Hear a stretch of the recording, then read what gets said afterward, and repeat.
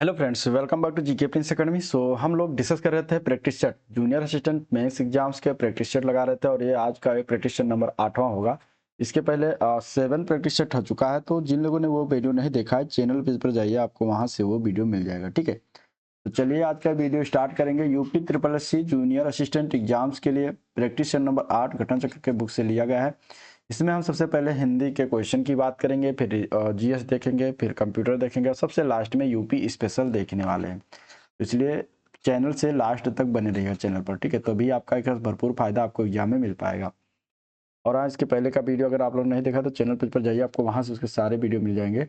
उसका प्लेलिस्ट भी बना दिया है, तो वहाँ से आप उसको देख सकते हैं। ठीक है, और शुरुआत करेंगे। पहला क्वेश्चन लेते हैं, कुछ इस तरीके से इसमें दिया गया है। लेखन और योग्यता हिंदी से संबंधित चीज़ें। अभी देखिए पैटर्न बहुत सारे चेंज हो गए हैं। क्वेश्चन जो आते हैं, अभी रिसेंटली जो पेपर हुआ यूपी ट्रिपल एससी में, उसमें बहुत चेंज देखने को मिला है सारे क्वेश्चन में, चाहे यूपी का हो, चाहे कंप्यूटर हो, या फिर हिंदी का हो। ठीक है, चूंकि ये बुक से अभी बुक लेटेस्ट ये निकाली गई थी UP triple SC junior assistant के लिए, तो मैं उससे करवा रहा हूँ। तो इसमें जो जो क्वेश्चन उसको हम देख लेते हैं। बाकी ये 10 टोटल इसमें 10 प्रैक्टिस सेट है।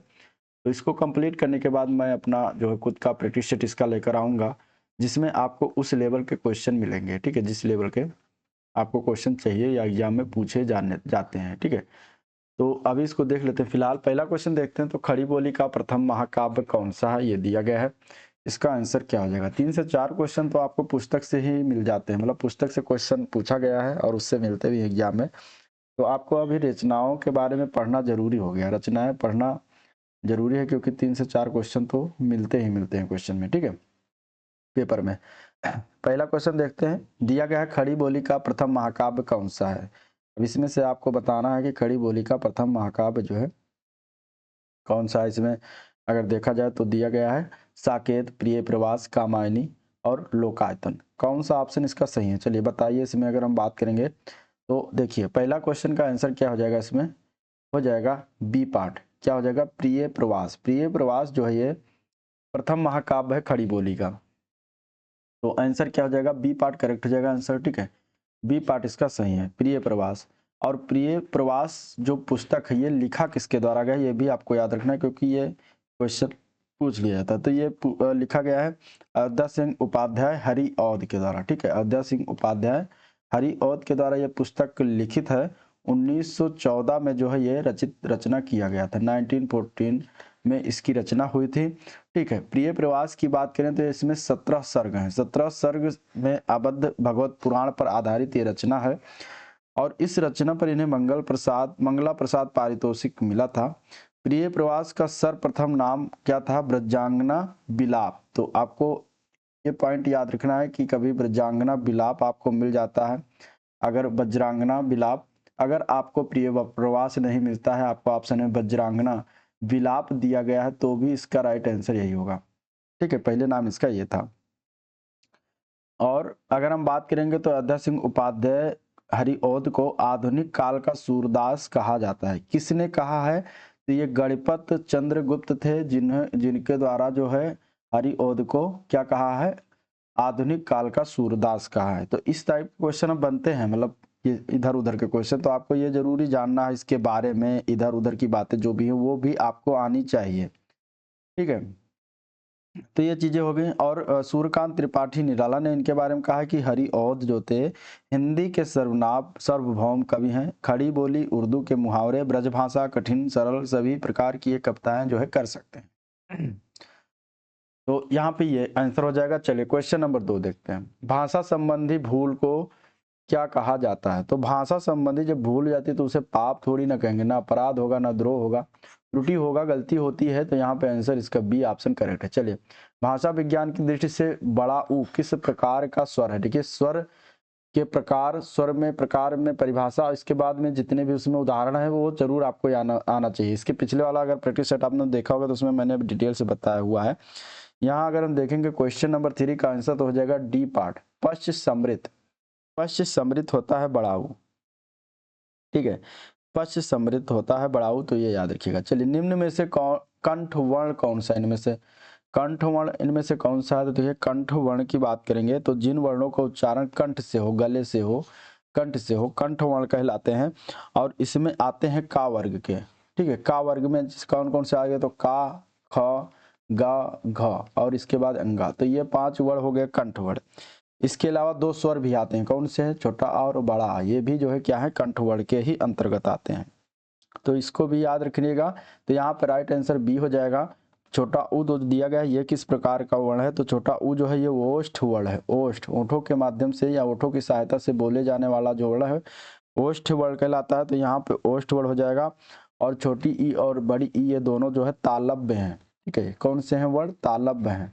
चलिए, हिंदी वर्णमाला में ऊष्म व्यंजन कौन से, इसमें से ऊष्म व्यंजन देखिए 4 होते हैं। 4 कौन कौन से हैं, तो जो सा वर्ग है, सा, श, सा और हा, ये जो है उस व्यंजन कहलाते हैं। तो ये आपको याद होगा। अगला प्रश्न है, बाप का संबंधवाचक संज्ञा रूप बताना है। बाप का संबंधवाचक संज्ञा रूप होता है बपौती, जो कि दिया गया है डी ऑप्शन में। तो यहाँ पे आंसर हो जाएगा क्या, डी ऑप्शन। बाकी बाप, बहन, भाई, माँ ये सभी क्या है, जातिवाचक संज्ञाएं होती हैं। अगला प्रश्न है कि संज्ञा के जिस रूप से स्त्रीत्व का बोध होता है उसमें कौन सा लिंग होता है। तो संज्ञा के जिस रूप से स्त्रीत्व का बोध हो वहां पे स्त्रीलिंग होता है। तो ये बेसिकली स्त्रीलिंग की परिभाषा हो गई। डी, बी ऑप्शन इसका करेक्ट है। जैसे कि गंगा, चमेली, कटार ये सभी स्त्रीलिंग के अंतर्गत आते हैं। निम्नलिखित विकल्पों में से कौन सा एक वचन शब्द है, इसमें से एक वचन शब्द की बात करेंगे इनमें से। दर्शन घरों लाता हूं, तो घरों लाता हूं तो बिल्कुल नहीं होगा, ठीक है। दर्शन भी नहीं होता है, यहाँ पे नदी हो जाएगा। नदी का एक वचन नदी होता है, और नदी का बहुवचन की बात करेंगे तो नदियां होता है। क्या होता है, नदियां। तो इस प्रकार ये हो जाता है। यहाँ पे आंसर हो जाएगा बी ऑप्शन। चलिए, आजकल भारत की जनता अधिकाधिक शिक्षित हो गई है, रेखांकित शब्द वचन बताना है, ठीक है। जनता शब्द किस प्रकार के वचन में आता है ये बताना है। तो जनता जो होता है एक वचन स्त्रीलिंग शब्द होता है, ठीक है। तो इसीलिए देखिए जनता के साथ यहाँ पे क्या लगाया गया, शिक्षित हो गई है, ना कि हो गए हैं या गया है। तो ये भी याद रखना है किस प्रकार की ये शब्द है, ये एक वचन है और लिंग अगर पूछेगा तो स्त्रीलिंग, ठीक है। आंसर यहाँ पे हो जाएगा ए ऑप्शन करेक्ट, स्त्रीलिंग। चलिए, श्रोता के लिए किस सर्वनाम का प्रयोग किया जाता है। श्रोता, श्रोता की बात करेंगे तो देखिए श्रोता के लिए हम प्रयोग करते हैं मध्यम पुरुषवाचक सर्वनाम। आंसर बी ऑप्शन हो जाएगा।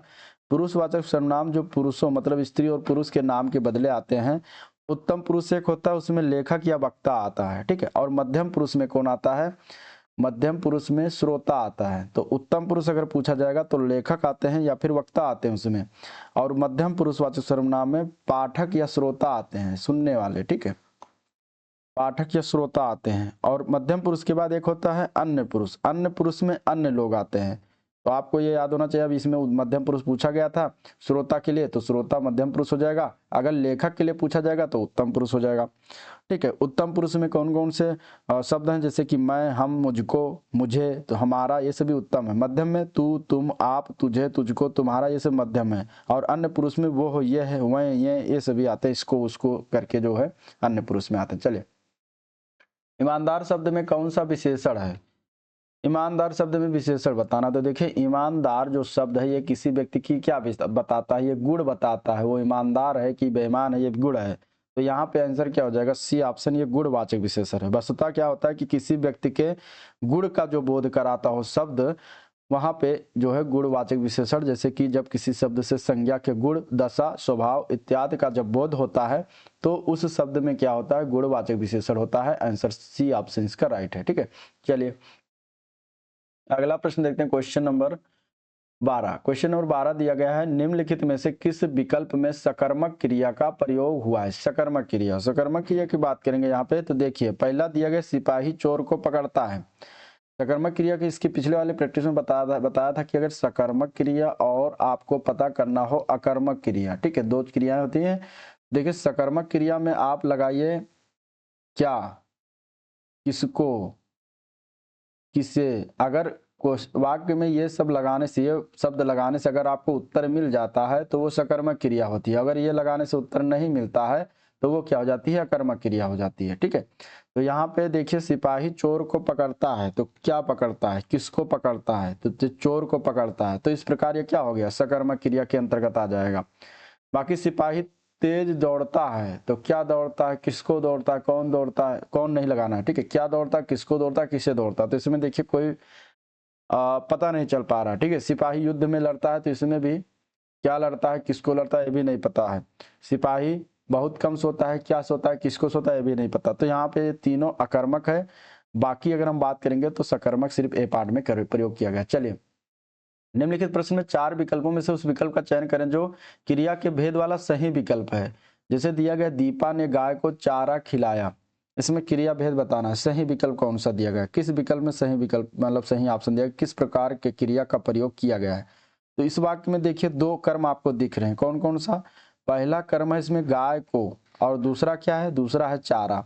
तो ये 2 कर्म है। तो यहाँ पे क्या हो जाएगा, 2 कर्म जहाँ पे हो जाता है द्विकर्मक क्रिया हो जाती है। तो आंसर यहाँ पे बी ऑप्शन ऑब्वियसली सही है। चलिए अगला प्रश्न, राम की गाय चरती है, वाक्य में कौन सा कारक है। ठीक है, कारक पूछा गया, राम की गाय चरती है। अब इसमें अगर देखा जाएगा तो की गाय चरती है, किस जो परसर्ग है ये किसका होता है, ये परसर्ग होता है अधिकरण का। ठीक है, तो आंसर डी ऑप्शन हो जाएगा। यहाँ पे अधिकरण कारक है, सॉरी अधिकरण नहीं होगा, संबंध का होता है। ठीक है, तो यहाँ पे आंसर क्या हो जाएगा, संबंध कारक हो जाएगा, ना कि अधिकरण। अधिकरण कारक तो में पर होता है। ठीक है, तो की का के ये सब आपको मिल जाए तो ये संबंध बताते हैं, का की के रा री रे। अगर इसमें आपको कहीं मिल जा रहा है तो ये विभक्ति चिन्ह जो है क्या बताते हैं, संबंध बताते हैं। जैसे कर्ता का क्या है, परसर्ग, कर्ता का परसर्ग है कर्ता ने। ठीक है, ने आपको मिल गया। कर्म का है को, के कर्म का क्या है को। अधिकरण का क्या हो जाता है, में पर। ठीक है, आपको ऑप्शन वाक्य में मिल जाता है। संप्रदान का होता है को के लिए। ठीक है, ये 2 आपको कहीं मिल जा रहा है। अपादान का होता है से, और से जो आता है वो अलग होने की अर्थ में आए, मतलब अलगाव जहां प्रस्तुत हो वहां अपादान हो जाता है। क्वेश्चन नंबर 15, श्याम को पुस्तक पढ़नी है, ये किस वाच्य में। वाच्य बहुत इंपॉर्टेंट क्वेश्चन है ये क्वेश्चन। वाच्य से आपको एक क्वेश्चन तो जरूर मिलना है। ठीक है, तो देखिए श्याम को पुस्तक पढ़नी है, 3 प्रकार का वाच्य है, कृतवाच्य, कर्मवाच्य और भाववाच्य। इसमें कौन सा वाच्य है, श्याम को पुस्तक पढ़नी है। तो यहाँ पे अगर देखा जाएगा तो क्या है, यहाँ पे कृतवाच्य, किसको पुस्तक पढ़नी है, श्याम को पढ़नी है, तो ये कृतवाच्य के अंतर्गत आ जाएगा। आंसर बी ऑप्शन इसका राइट है। निम्नलिखित में से कौन सा काटना का तत्सम है। ठीक है, तत्सम से भी आपको क्वेश्चन मिलेंगे, तो यहाँ पे भी इंपॉर्टेंट है, तत्सम तद्भव आपको जरूर आना चाहिए। काटना का तत्सम बताना, काटना जो किस प्रकार का शब्द है, काटना है तद्भव शब्द, और इसका तत्सम होता है कर्तन, जो कि दिया गया है सी ऑप्शन में। तो सी ऑप्शन इसका राइट है। ठीक है, कर्तन। चलिए अगला प्रश्न, निम्नलिखित में से रूढ़ शब्द बताना। रूढ़ शब्द क्या होता है, रूढ़ शब्द मतलब पुरातन। रूढ़ मतलब क्या होता है, पुरातन या पुराना, या जिसमें चेंज ना हो वही चीज हुआ वो तो रूढ़ शब्द कहलाता है। अब रूढ़ शब्द की अगर हम बात करेंगे यहाँ पे तो आंसर क्या हो जाए, क्वेश्चन नंबर 17 में देखेंगे तो नाक, नाक शब्द क्या है, रूढ़ शब्द है। ठीक है, इसमें क्या है कि विशेष अर्थ को प्रकट करते हैं और इनके खंडों का कोई अर्थ ना निकले, वहां पर जो होता है वो रूढ़ शब्द होता है। तो रूढ़ शब्द नाक को अगर हम इधर उधर मतलब क्या कहते हैं, इसको अगर खंड करते हैं तो इसमें कोई एक विशेष कोई स्पेसिफिक अर्थ नहीं निकल पा रहा है। ठीक है, तो नाक हो जाएगा रूढ़ शब्द। और इसके अलावा नाक, कान, नाक हो गया, कान है, तो ये सभी शब्द क्या होते हैं, ये रूढ़ शब्द होते हैं। जिसके अगर अर्थ निकल जाए खंड करने पर, विखंड करने पर, तो वो रूढ़ शब्द के अंतर्गत नहीं आएगा। आंसर यहाँ पे सी ऑप्शन करेक्ट है। अगला प्रश्न, पत्थर का पर्यायवाची नहीं है इनमें से कौन सा।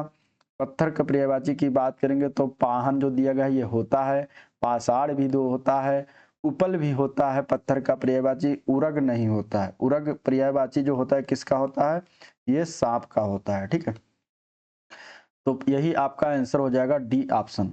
बाकी सारे क्या है, पत्थर के पर्यायवाची हैं, पाहन, उपल, पाषाण, और एक होता है प्रस्तर। प्रस्तर किसका होता है, पत्थर का ही पर्यायवाची। चलिए, इनमें से कौन सा शब्द उच्च का समानार्थी नहीं है। उच्च का समानार्थी बताना, इनमें से कौन सा शब्द नहीं होगा। देखिए उच्च के अगर हम देखेंगे तो श्रेष्ठ समानार्थी होता है, उठा हुआ भी समानार्थी होता है, बड़ा भी होता है, लेकिन टीला जो होता है वो उच्च का समानार्थी नहीं होता। तो यहाँ पे आंसर क्या हो जाएगा, टीला। टीला के समानार्थी शब्द में आ जाता है आपका भीटा। ठीक है, भीटा। इसके अलावा टीला का समानार्थी होता है ढेर। तो ये सभी जो होते हैं टीला के समानार्थी होते हैं। चलिए, पीढ़ी दर पीढ़ी चला आने वाले के लिए एक शब्द में हम क्या कहेंगे। पीढ़ी दर पीढ़ी चले आने को एक शब्द में हम कहते हैं अन्वयागत। अन्वयागत कहते हैं। आंसर डी ऑप्शन इसका राइट है। चलिए क्वेश्चन नंबर 21, अशरफियां लूटें और कोयले पर मोहर। लोकोक्ति का अर्थ क्या होगा? ये लोकोक्ति है। अशरफिया लूटे और कोयले पर मोहर, इसका अर्थ क्या होता है? तो इसका मतलब होता है बड़े बड़े खर्चों पर ध्यान न देना और छोटे खर्चों में क्या करना? कंजूसी करना। या फिर इसको कह सकते हैं मूल्यवान वस्तु भले ही चली जाए लेकिन छोटी छोटी वस्तुओं को बचाए रखना।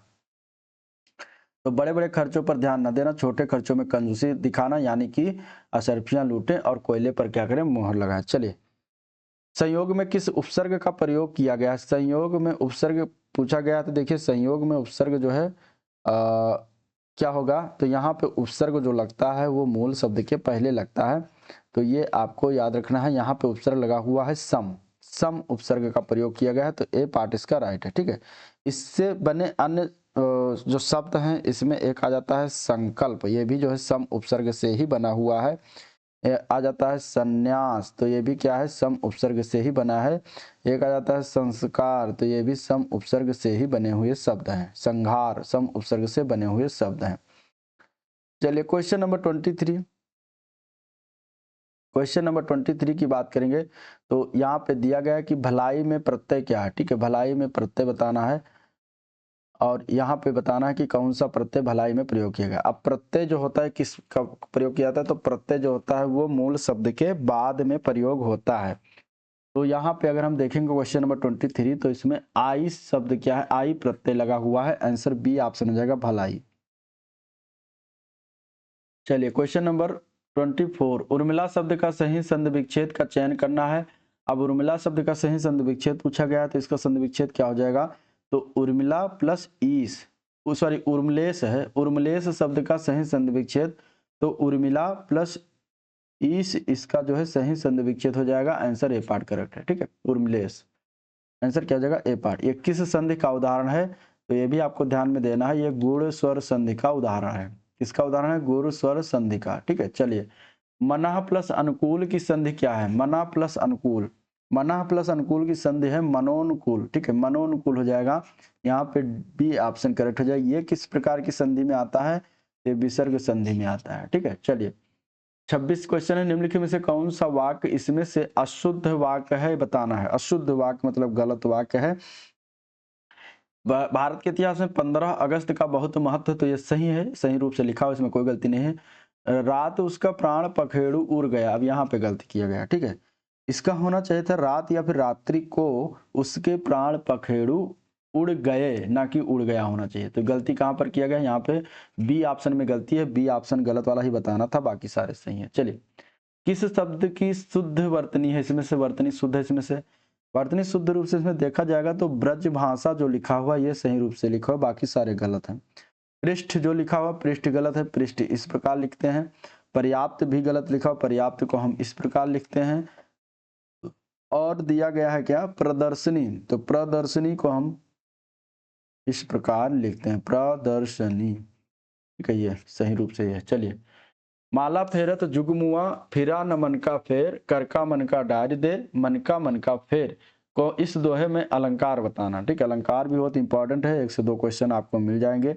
यहाँ पे अलंकार की बात करेंगे तो जो देखिए मन का शब्द यहाँ पे लिया है, मन का शब्द यहाँ पे दिया गया है। 2 शब्द आए हैं और दोनों शब्द समान है लेकिन इनके अलग अलग अर्थ हैं। तो इस प्रकार अगर एक शब्द आता है 2 जगह पर और उनके अलग अलग अर्थ होते हैं तो वहां पे कौन सा अलंकार हो जाता है? तो वहां यमक अलंकार हो जाता है। आंसर यहाँ पे डी ऑप्शन करेक्ट है।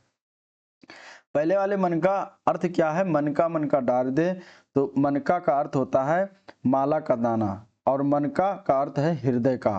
ठीक है, तो इस प्रकार जहां पर एक ही शब्द बार बार प्रयोग होता है, उनका हर बार उसका अर्थ अलग होता है, वहां पे यमक अलंकार होता है। चलिए क्वेश्चन नंबर 29, कबीरदास, तुलसीदास, सूरदास आज आदि कौन से काल के कवि हैं? ठीक है, ये सभी किस काल के कवि हैं बताना है। तो यहाँ पे अगर हम बात करेंगे तो ये सभी जो है भक्त काल के कवि हैं। आंसर बी ऑप्शन करेक्ट है। और कबीरदास जो है निर्गुण मार्गी काव्य धारा के कवि हैं, जबकि तुलसीदास और सूरदास जो है सगुण मार्गी काव्य धारा के कवि हैं और दोनों भक्ति काल के अंतर्गत आते हैं। चलिए, इस वर्ष हिंदी साहित्य की कुछ अवरुद्ध रही स्थान बनने के लिए उपयुक्त शब्द चुनना है। तो इस वर्ष हिंदी साहित्य की अवरुद्ध, इस वर्ष हिंदी साहित्य की क्या? प्रगति अवरुद्ध रही। तो आंसर यहाँ पे बी ऑप्शन करेक्ट हो जाएगा। क्वेश्चन नंबर 30 हो गया, मतलब ये था हिंदी का 30 क्वेश्चन पूछा जाना है। तो वीडियो को लाइक नहीं किया अभी तो लाइक कर दीजिएगा, चैनल को सब्सक्राइब नहीं किया तो सब्सक्राइब कीजिएगा। ठीक है, चलिए सामान्य जानकारी के क्वेश्चन अब हम देखेंगे, जीएस के क्वेश्चन दिया गया है। जीएस के क्वेश्चन पहला क्वेश्चन है पट्टदकल, ठीक है, पट्टदकल में जैन धर्म का निर्माण, जैन मंदिर का निर्माण किस वंश के द्वारा किया गया, ठीक है, ये क्वेश्चन पूछा गया। इसका आंसर क्या हो जाएगा, पट्टदकल में जैन मंदिर का निर्माण जो है किस वंश के द्वारा करवाया गया था। पट्टदकल में जैन मंदिर का निर्माण जो है ये राष्ट्रकूटों के द्वारा करवाया गया था। तो यहाँ पे डी ऑप्शन इसका राइट है, राष्ट्रकूटों के द्वारा, राष्ट्रकूट वंश के द्वारा जैन नारायण मंदिर का निर्माण 9वीं शताब्दी में हुआ था। 9वीं शताब्दी में राष्ट्रकूटों ने करवाया था, ठीक है। तो आंसर यहाँ पे राष्ट्रकूट हो जाएगा। क्वेश्चन नंबर 47, मोहम्मद बिन तुगलक ने चांदी के सिक्के के स्थान पर कौन सा सिक्का चलाया था, तांबे का सिक्का चलाया था, उसका नाम क्या था, यह बताना। तो मोहम्मद बिन तुगलक ने चांदी के सिक्के के स्थान पर तांबे की मुद्रा चलाया था जिसका नाम था जीतल, और चांदी का जो सिक्का चलाया था इसको कहा गया था टंका। तो इसके स्थान पर जीतल मोहम्मद बिन तुगलक ने चलाया था, जारी किया था, जिसे अगर हम बात करेंगे तो यहाँ पर आंसर क्या हो जाएगा, जीतल, ठीक है। चलिए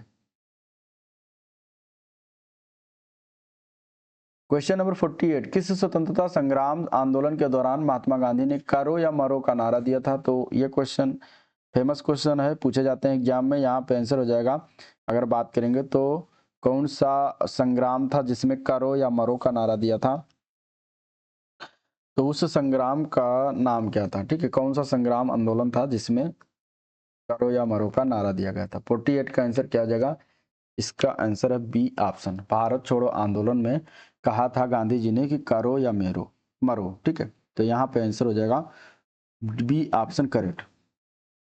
चलिए, भारतीय संविधान के अनुच्छेद 25 से 28 का प्रावधान करते हैं, कौन सा प्रावधान करते हैं, 25 से 28 जो आते हैं ये आपके मूल संविधान के अंतर्गत आते हैं, ठीक है, सॉरी मूल अधिकार के अंतर्गत आते हैं। मूल अधिकार 12 से लेकर 35 तक होता है, तो उसी के अंतर्गत जो है ये आपका 25 से 28 तक का जो किस प्रकार के अधिकार है। तो मूल अधिकार की बात करेंगे तो 25 से लेकर 28 अनुच्छेद तक धार्मिक स्वतंत्रता के अधिकार से संबंधित है। तो यहाँ पे आंसर हो जाएगा D option right, D option right है। चलिए, भारत में निम्नलिखित में से कौन सा कथन मौलिक कर्तव्यों के संबंध में सही नहीं। मौलिक कर्तव्य की बात करेंगे इनमें से, तो देखिए अगर हम बात करेंगे देश की रक्षा करना, ग्राम पंचायत का गठन करना, और इसके अलावा अगर हम बात करेंगे वैज्ञानिक सोच विकसित करना, समान भाईचारे को प्रोत्साहित करना, तो मौलिक कर्तव्य के संबंध में यही बी पार्ट नहीं सही है, क्योंकि ये जो आता है ये नीति निदेशक तत्व के अंतर्गत आता है, ठीक है। कौन, ग्राम पंचायत का गठन नीति निदेशक तत्व के अंतर्गत आता है, तो यही सही नहीं है।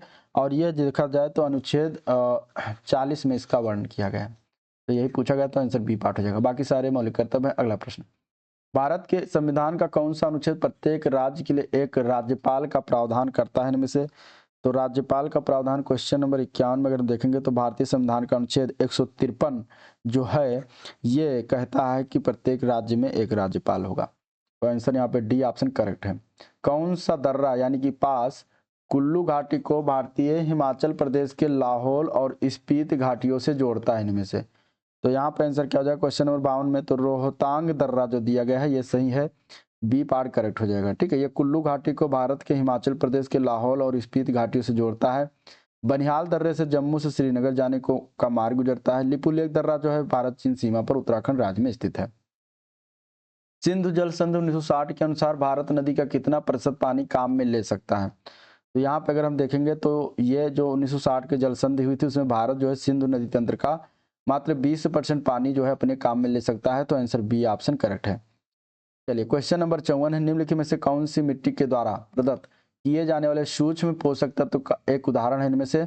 तो आयरन जो होता है ये क्या होता है, मिट्टी द्वारा प्रदान किए जाने वाले सूक्ष्म पोषक तत्व का उदाहरण है। तो यहाँ पे आंसर इसका हो जाएगा डी ऑप्शन राइट। चलिए अगला प्रश्न देखते हैं, question number 55, tennis grand slam प्रतियोगिता यूएस ओपन 2024 के पुरुष एकल का खिताब किसने जीता है। इंपॉर्टेंट क्वेश्चन, करंट अफेयर से रिलेटेड है। तो यहाँ पे अगर देखा जाएगा तो ये जो जीता गया यूएस ओपन का पुरुष एकल खिताब तो इटली के हैं जैनिक सिनर, इन्होंने जीता है। आंसर सी ऑप्शन इसका राइट हो जाएगा। और इन्होंने किसको पराजित किया था, तो टेलर फिट्ज को पराजित किया था, ये अमेरिका के हैं। तो इनको पराजित करके जो है जैनिक सिनर ने, जो कि इटली के हैं, जीत लिया था, ठीक है। तो आंसर यहाँ पे क्या हो जाएगा, सी ऑप्शन करेक्ट है, याद रखिएगा सी ऑप्शन। और महिला एकल की खिताब अगर बात करेंगे तो एरिना सबालेंका ने जीता है, जो कि कहाँ की हैं, बेलारूस की हैं। चलिए 55वें भारतीय अंतर्राष्ट्रीय फिल्म महोत्सव 2024 में किस फिल्म ने सर्वश्रेष्ठ फिल्म का गोल्डन पीकॉक अवार्ड जीता है। तो गोल्डन पीकॉक अवार्ड की बात करेंगे तो देखिए ये कहाँ पर हुआ है, अगर हम बात करेंगे तो पणजी गोवा में इसका आयोजन हुआ है। और यहाँ पे आंसर हो जाएगा इसका क्या, टॉक्सिक फिल्म एक है, लिथुआनिया की फिल्म है, तो इसी ने जो है ये गोल्डन पीकॉक अवार्ड जीता है। ठीक है, तो आंसर यहाँ पे बी ऑप्शन हो जाएगा। भारत किस राज्य में एल्युमिनियम प्रगलन संयंत्रों की संख्या सबसे अधिक है, ये बताना है। ठीक है, तो एल्युमिनियम अगर हम बात करेंगे प्रगलन संयंत्र, तो एल्युमिनियम संयंत्र जो है सबसे ज्यादा ओडिशा राज्य में लगाया गया है, तो यहाँ पे डी ऑप्शन इसका राइट है। ठीक है, रॉकेट प्रणोदन प्रौद्योगिकी निम्नलिखित में से किस वैज्ञानिक सिद्धांत पर कार्य करती है। तो रॉकेट प्रणोदन प्रौद्योगिकी जो है न्यूटन के गति के नियम पर कार्य करती है, तो आंसर बी ऑप्शन करेक्ट हो जाएगा। और कौन से नियम पर, तो तीसरा नियम है, न्यूटन गति का तीसरा नियम जो है, जो उस पर जो है ये रॉकेट प्रणाली काम करती है, और जो कि क्रिया प्रतिक्रिया का नियम कहलाता है। वस्तुतः यह जो है संवेग संरक्षण के सिद्धांत पर कार्य करता है, तो आंसर यहाँ पे बी ऑप्शन करेक्ट है। अगला प्रश्न है, मीठे अखरोट के स्वाद और भूरे रंग के लिए पाक क्रिया में बड़े पैमाने पर उपयोग की जाने वाली चीनी को भूरा करने की प्रक्रिया क्या कहलाती है। ठीक है, तो देखिए इसको कहते हैं अगर हम बात करेंगे तो इसको कहते हैं कैरामेलीकरण। ठीक है, क्या कहते हैं, कैरामेलीकरण, कैरामेलीकरण कहलाती है। तो यहाँ पे आंसर हो जाएगा सी ऑप्शन राइट, कैरामेलीकरण। फूल के अंतरतम भाग को क्या कहा जाता है। फूल का जो सबसे अंदर का भाग होता है उसको हम क्या कहते हैं, तो उसको कहते हैं स्त्री केसर। क्या कहते हैं, स्त्री केसर कहा जाता है। स्त्री केसर या फूल के मादा वाले भाग फूल के अंतरतम भागों के कुंडली को बनाते हैं, तो यहाँ पे आंसर हो जाएगा डी ऑप्शन। चलिए, किस खनिज अथवा विटामिन की कमी से गर्दन की ग्रंथियां सूजी हुई दिखाई देती हैं, इनमें से तो कौन से विटामिन की कमी के कारण होता है। तो जो गर्दन की जो ग्रंथियां हैं अगर सूजी जाती हैं, तो उसमें अगर हम बात करेंगे तो ये होती है थायराइड ग्रंथ से स्रावित करने के लिए प्रेरित करने वाला जो हार्मोन है थायरोट्रोपिन यानी कि TSH, थायराइड स्टिमुलेटिंग हार्मोन है, जो कि पीयूष ग्रंथ से स्रावित होता है, निकलता है, और इस शरीर में जो है आयोडीन कमी से घेंघा रोग हो जाता है।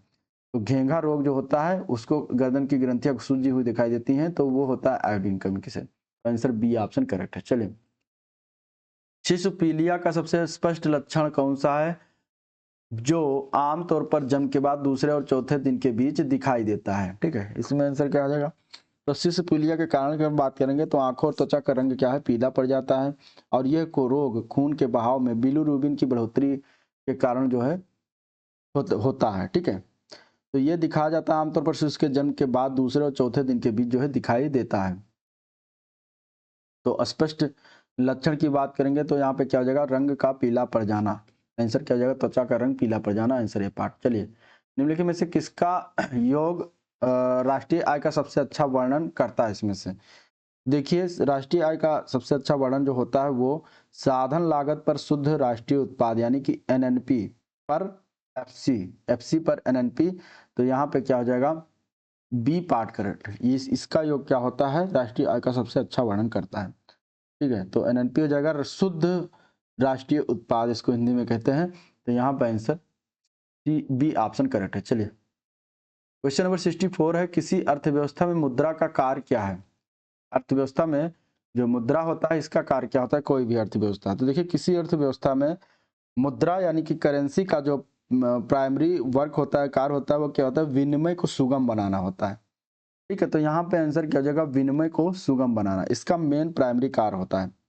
और इसका गौण कार्य में मूल्य का संचय करना, मूल्य का हस्तांतरण करना आदि जो है इसका जो है गौण कार्य में सेकेंडरी पर्पज में आता है। चलिए, ओलंपिक खेलों की प्रथम शीतकालीन संस्करण का आयोजन किस वर्ष किया गया था इनमें से। तो ओलंपिक खेलों के प्रथम शीतकालीन संस्करण का आयोजन जो हुआ था 1924 में किया गया था सर्वप्रथम, तो आंसर सी ऑप्शन हो जाएगा। फ्रांस में हुआ था, कहां पर हुआ था, फ्रांस में हुआ था, ये भी आपको याद रखना है। ठीक है, और इसमें जो है प्रथम स्थान पर नॉर्वे रहा था, नॉर्वे देश। चलिए, क्वेश्चन नंबर हो गए जीएस के कंप्लीट। वीडियो को लाइक, चैनल को सब्सक्राइब करना आपका काम है। अब हम देखेंगे कंप्यूटर के क्वेश्चन। ठीक है, चलिए 66 नंबर क्वेश्चन है, निम्नलिखित में से किस प्रकार के कंप्यूटर को नोटबुक के नाम से भी जाना जाता है। इनमें से नोटबुक के नाम से, इसमें से किस प्रकार के कंप्यूटर को जानते हैं, तो उस कंप्यूटर को कहा जाता है लैपटॉप कंप्यूटर। लैपटॉप कंप्यूटर क्या होता है, आकार में सामान्य कंप्यूटर की तुलना में छोटे होने का कारण इसे नोटबुक के नाम से जानते हैं। तो करेक्ट आंसर डी हो जाएगा। नेक्स्ट क्वेश्चन, एक स्थानीय कंप्यूटर से सुदूर कंप्यूटर में डेटा प्रेषण यानी कि डेटा को सेंड करना क्या कहलाता है, तो उसको हम कहते हैं अपलोड करना। ठीक है, आंसर क्या हो जाएगा, ए पार्ट अपलोड करना कहलाता है। कंप्यूटर प्रोसेस द्वारा कौन सी सूचना यानी कि इंफॉर्मेशन में परिवर्तित किए जाते हैं, किसको इंफॉर्मेशन में परिवर्तित किया जाता है, कंप्यूटर प्रोसेस के द्वारा। तो कंप्यूटर प्रोसेस के द्वारा डेटा को सूचना यानी कि इंफॉर्मेशन में कन्वर्ट किया जाता है, चेंज किया जाता है। तो यहाँ पे आंसर बी ऑप्शन हो जाएगा। अगला प्रश्न है, कंप्यूटर सिस्टम की घड़ी क्या है, इसके बारे में बताना। ठीक है, कंप्यूटर सिस्टम की घड़ी क्या है, देखिए कंप्यूटर सिस्टम की जो घड़ी होती है एक टाइमिंग डिवाइस है जो कंप्यूटर के ऑपरेशन में को सिंक्रोनाइज करने हेतु इलेक्ट्रॉनिक पल्स उत्पन्न करती है। ठीक है, तो एक टाइमिंग डिवाइस है जो कंप्यूटर के ऑपरेशन यानी कि ऑपरेशंस को सिंक्रोनाइज करने के लिए इलेक्ट्रिकल पल्स पैदा करती है। तो यहाँ पे आंसर सी ऑप्शन राइट हो जाएगा। माउस क्या है, माउस क्या है, माउस की अगर हम बात करेंगे तो माउस जो होता है एक प्रकार का इनपुट डिवाइस के अंतर्गत आता है। आंसर सी ऑप्शन इसका करेक्ट है, इनपुट डिवाइस। चलिए, इनमें से कौन सा एक प्रोग्राम समूह है। ठीक है, प्रोग्राम समूह इनमें से दिए गए विकल्पों में एक्सेसरीज जो होता है एक तरह का प्रोग्राम समूह होता है, जबकि पेंट वर्ड एप्लीकेशन सॉफ्टवेयर है। तो आंसर यहाँ पे सी ऑप्शन इसका राइट है। ऑपरेटिंग सिस्टम में रिसोर्स मैनेजमेंट के माध्यम से किया जा सकता है, क्या किया जा सकता है, और यहाँ पे फिल इन द ब्लैंक्स करना है। तो ऑपरेटिंग सिस्टम में रिसोर्स मैनेजमेंट के माध्यम से समय जो है टाइम डिवीजन मल्टीप्लेक्सिंग और स्पेस डिवीजन मल्टीप्लेक्सिंग किया जाता है। तो ये दोनों किया जाता है। तो यहाँ पे आंसर सी हो जाएगा, ए व बी दोनों। ठीक है, चलिए अगला प्रश्न देखते हैं। क्वेश्चन नंबर 73, निम्नलिखित में से एक मानक मशीन की भाषा है जिसमें जावा स्रोत को संकलित किया गया है। अब इसमें बताना है कि कौन सा वो भाषा है, कौन सा मानक मशीन है। तो वो होता है बाई कोड, जो कि एक स्टैंडर्ड मशीन लैंग्वेज है। ठीक है, तो बाई कोड यहाँ पे राइट आंसर हो जाएगा, जो कि ये काम क्या करती है, ये जिसमें क्या किया जाता है, जावा स्रोत को संकलित करते हैं और यह स्रोत कोड व मशीन कोड के बीच एक मध्यवर्ती कोड होता है। ठीक है, तो यह एक निम्न स्तरीय कोड है और यह एक स्रोत कोड के संकलन का परिणाम है जो उच्च स्तरीय भाषा में लिखा गया है। तो आंसर यहाँ पे बी ऑप्शन करेक्ट हो जाएगा। अगले प्रश्न की तरफ बढ़ेंगे। एक कंप्यूटर की जो मेमोरी होती है सामान्य तौर पर किलोबाइट अथवा मेगाबाइट के रूप में व्यक्त की जाती है। एक बाइट बना होता है कितने अंकों का बना होता है, ये हमें बताना है। तो देखिए, एक बाइट की बात करेंगे तो उसमें कितने अंक होते हैं या कितने अंक का बना होता है। तो देखिए, अगर हम बात करेंगे एक बाइट जो होता है वो 8 द्विधारी अंकों का बना होता है। तो यहाँ पे आंसर क्या हो जाएगा, ए पार्ट हो जाएगा। एक बाइट बराबर हो जाता है 8 बिट के। ठीक है, तो इसी प्रकार ये 8 द्विधारी अंकों का बना होता है एक बाइट। तो आंसर ए पार्ट हो जाएगा। और इसके बाद 1024 बाइट, 1024 बाइट बराबर ये हो जाता है 1 किलो बाइट के। ठीक है, इसके बाद 1024 KB यानी किलो बाइट बराबर कितना हो जाता है, 1 मेगाबाइट के, MB के। फिर आता है 1 MB बराबर 1024 MB, 1024 MB बराबर कितना हो जाता है, 1024 MB बराबर 1 GB के यानी कि गीगाबाइट।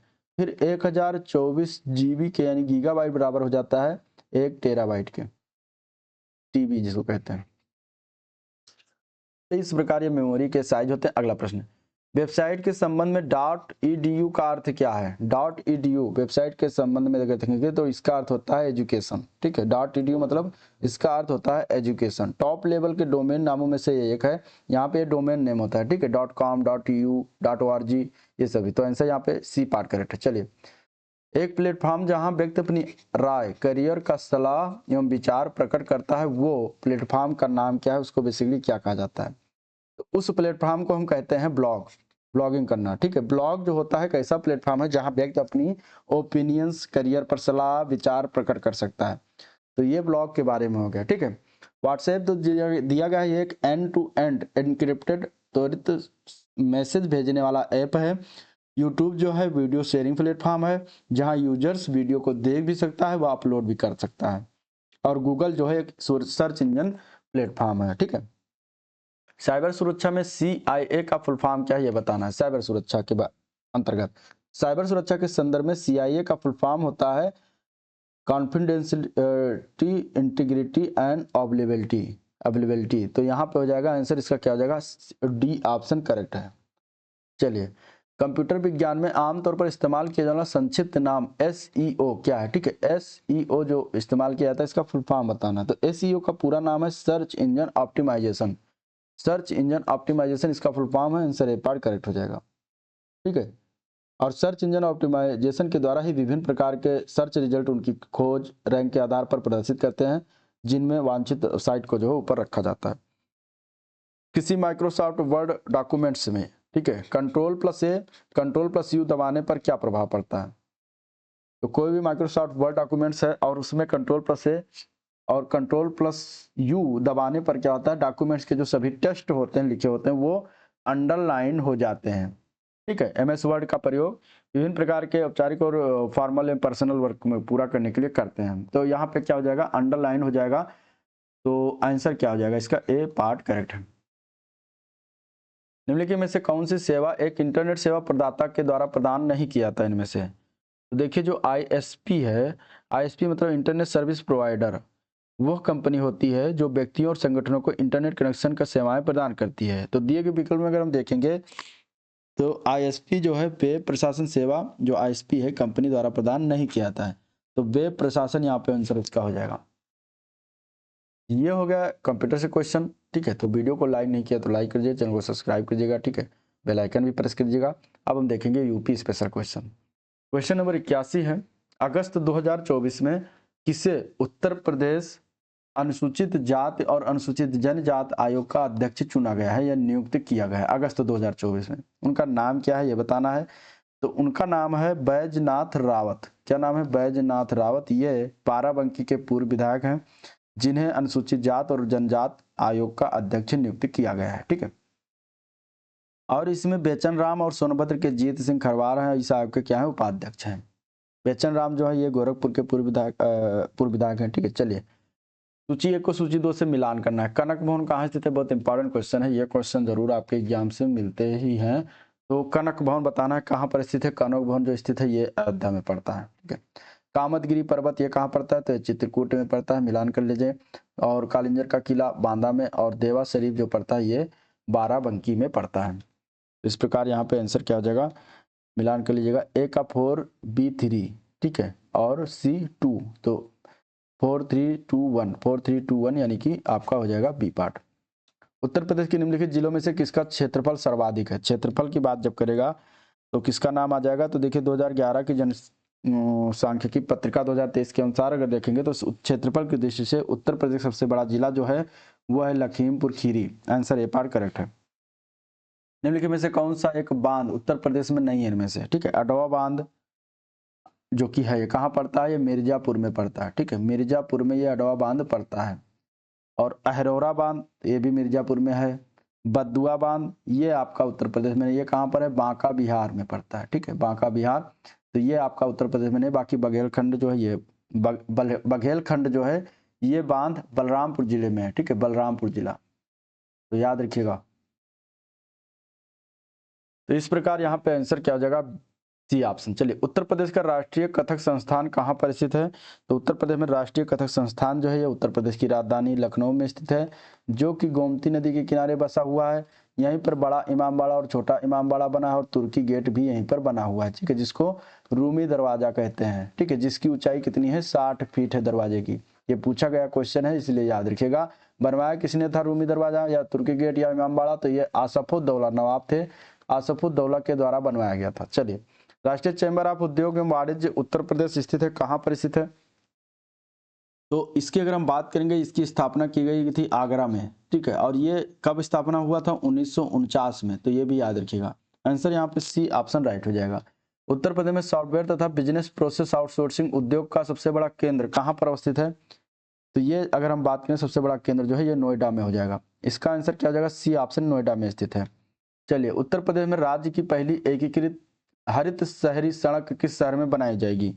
तो ये बनाया जाएगा, अगर हम बात करेंगे तो ये मेरठ में बनाया जाएगा। आंसर यहाँ पे डी ऑप्शन करेक्ट है। ठीक है, पहली होगी इसलिए इंपॉर्टेंट है। और इसकी जो लंबाई है वो कितनी होगी? 2.15 किलोमीटर इसकी लंबाई होगी।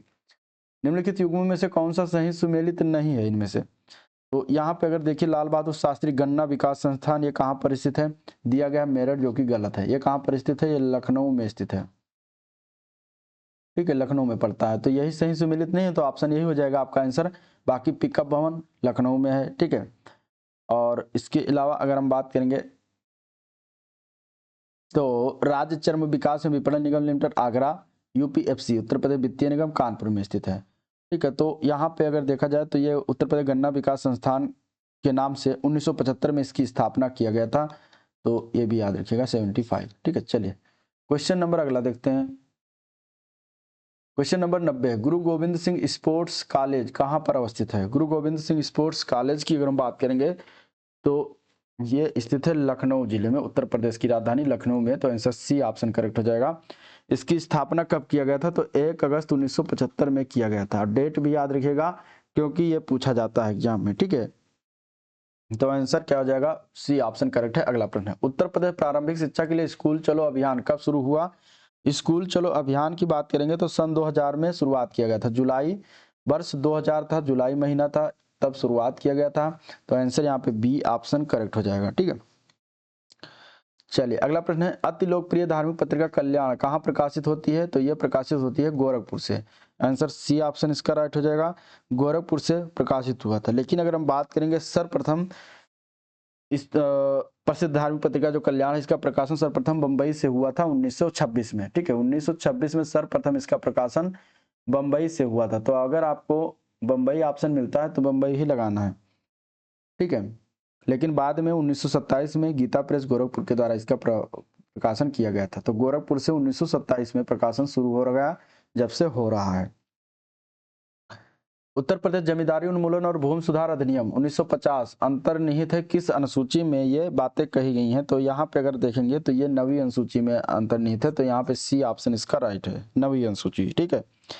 9वीं अनुसूची में जो ये बातें कही गई हैं। चलिए नवंबर 2024 में उत्तर प्रदेश विधानसभा की रिक्त 10 सीटों में से 9 सीटों के लिए कराए गए उपचुनाव में भाजपा ने कितनी सीटें जीती थी, तो यहाँ पे अगर देखा जाएगा तो ये हो जाएगा आंसर इसका सी पार्ट, 7 सीटें भाजपा ने जीती थी और समाजवादी मात्र 2 सीटें ही जीत सकी थी इसमें।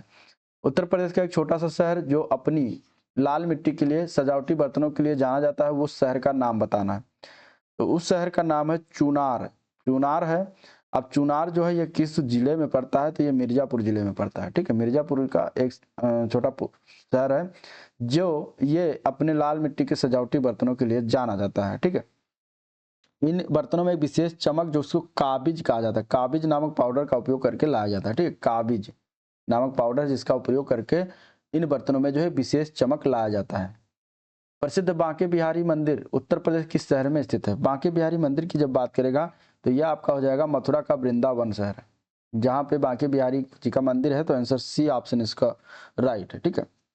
चलिए उत्तर प्रदेश राज्य कब अस्तित्व में आया था। उत्तर प्रदेश राज्य अस्तित्व की बात करेंगे तो देखिए ब्रिटिश शासन के दौरान इसे संयुक्त प्रांत के रूप में 1 अप्रैल 1937 को उत्तर प्रदेश राज्य अस्तित्व में आया था। इसके पहले इसे आगरा एवं अवध के संयुक्त प्रांत, जिसे संयुक्त संक्षेप में संयुक्त प्रांत कहा जाता था। स्वतंत्रता प्राप्त के बाद जो है 24 जनवरी 1950 को इसका नाम बदलकर उत्तर प्रदेश कर दिया गया था। तो 9 नवंबर और फिर इसके बाद 9 नवंबर 2000 को उत्तर प्रदेश का विभाजन करके 27वां राज्य उत्तराखंड का गठन किया गया। तो यहाँ पे आंसर क्या हो जाएगा, ए जो है पहला आंसर हो जाएगा ए पार्ट, ठीक है। 1 अप्रैल 1937 को सर्वप्रथम उत्तर प्रदेश अस्तित्व में आया था। तो इसका आंसर क्या हो जाएगा, ए पार्ट। हर वर्ष 24 जनवरी को जो है उत्तर प्रदेश दिवस मनाते हैं। 2018 से शुरुआत किया गया है ये उत्तर प्रदेश दिवस मनाने का सिलसिला, तो ये भी याद रखिएगा। उत्तर प्रदेश संस्कृत संस्थान लखनऊ द्वारा वर्ष 2022 का विश्व भारती पुरस्कार किसे प्रदान किया गया। तो देखिए ये पुरस्कार जो दिया गया है प्रोफेसर रहेश बिहारी द्विवेदी को दिया गया है। ए पार्ट इसका करेक्ट हो जाएगा। और ये कहाँ के हैं, ये जबलपुर मध्य प्रदेश से हैं, ठीक है। जबलपुर मध्य प्रदेश से है जिन्हें विश्व भारती पुरस्कार 2022 के लिए सम्मानित किया गया। उत्तर प्रदेश में कौन सा लोकगीत जीवन चक्र के रंगपटल का हिस्सा जो बच्चे के जन्म के अवसर पर मनाने के लिए गाया जाता है, ठीक है। इंपॉर्टेंट ये क्वेश्चन है। उस लोक संगीत का नाम क्या है, तो उस लोक संगीत की बात करेंगे तो वो होता है सोहर। सोहर गाने की परंपरा होती है जब बच्चे जन्म लेते हैं उत्तर प्रदेश में। तो आंसर डी ऑप्शन राइट है। छठ पूजा में किस भगवान की पूजा की जाती है? जो उत्तर प्रदेश, झारखंड, बिहार का एक बहुत महत्वपूर्ण त्यौहार है। तो छठ पूजा में किस भगवान की पूजा होती है ये बताना। तो छठ पूजा जो है ये अगर हम देखेंगे तो भगवान रवि, रवि माने सूर्य, ठीक है, तो भगवान सूर्य की पूजा इसमें होती है। आंसर सी ऑप्शन इसका राइट है, सूर्य की आराधना की जाती है। और ये कब किया जाता है? तो ये होता है कार्तिक शुक्ल पक्ष की षष्ठी को छठ पूजा मनाया जाता है त्यौहार, ठीक है। तो ये था ओवरऑल वीडियो जिसको हम लोगों ने देखा। जैसे कि अगर वीडियो पसंद आया तो लाइक करिए वीडियो को, चैनल को सब्सक्राइब नहीं किया अभी तो सब्सक्राइब करना मत भूलिएगा, ठीक है, फटाफट सब्सक्राइब करके तभी ही जाइएगा। तो आज का वीडियो यहाँ पर एंड करेंगे और इसका अब ये 2 प्रैक्टिस सेट और बाकी है, प्रैक्टिस नंबर 9 और प्रैक्टिस नंबर 10। तो उसको करने के बाद हम सीधा आपको रीजनिंग के क्वेश्चन करवाने वाले हैं, तो इसलिए चैनल से जुड़े रहेगा, ठीक है। वीडियो एंड करेंगे, मिलते हैं नेक्स्ट वीडियो में, तब तक के लिए थैंक यू।